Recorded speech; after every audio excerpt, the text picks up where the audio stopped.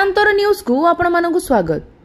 High court रे police SI परीक्षा जालियाती मामला आज शुणाणी समय रे सीबीआई तदंत नहीं विधिवत विज्ञप्ति प्रकाश करिसेंती सरकार।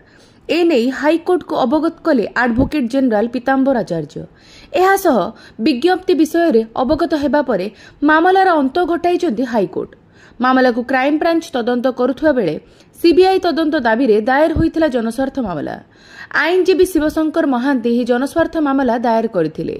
एही परीक्षा रे एक बड़ धरणर जालियाती होइथिबा बेले एथिरे आंतरराज्य संपृक्ति रहिथिबा संदेह रे मामला होइथिला। एही मामलार तदंत क्राइम ब्रांच रे जन डीएसपी अधिकारी करुथिले, किंतु एही स्कैम र तदंत सीबीआई कले से घटनार मूल पर्यंत पहुंची पारिबे बोली जनस्वार्थ मामला रे दर्शाइथिले आईनजीवी। वर्तमान सुधा एसआई परीक्षा जालियाती मामला रे क्राइम ब्रांच 123 जन को गिरफ्त करथिला बेले घटनार तदंत भार सीबीआई को हस्तांतर करिसेंती राज्य सरकार। ब्यूरो रिपोर्ट कालांतर न्यूज।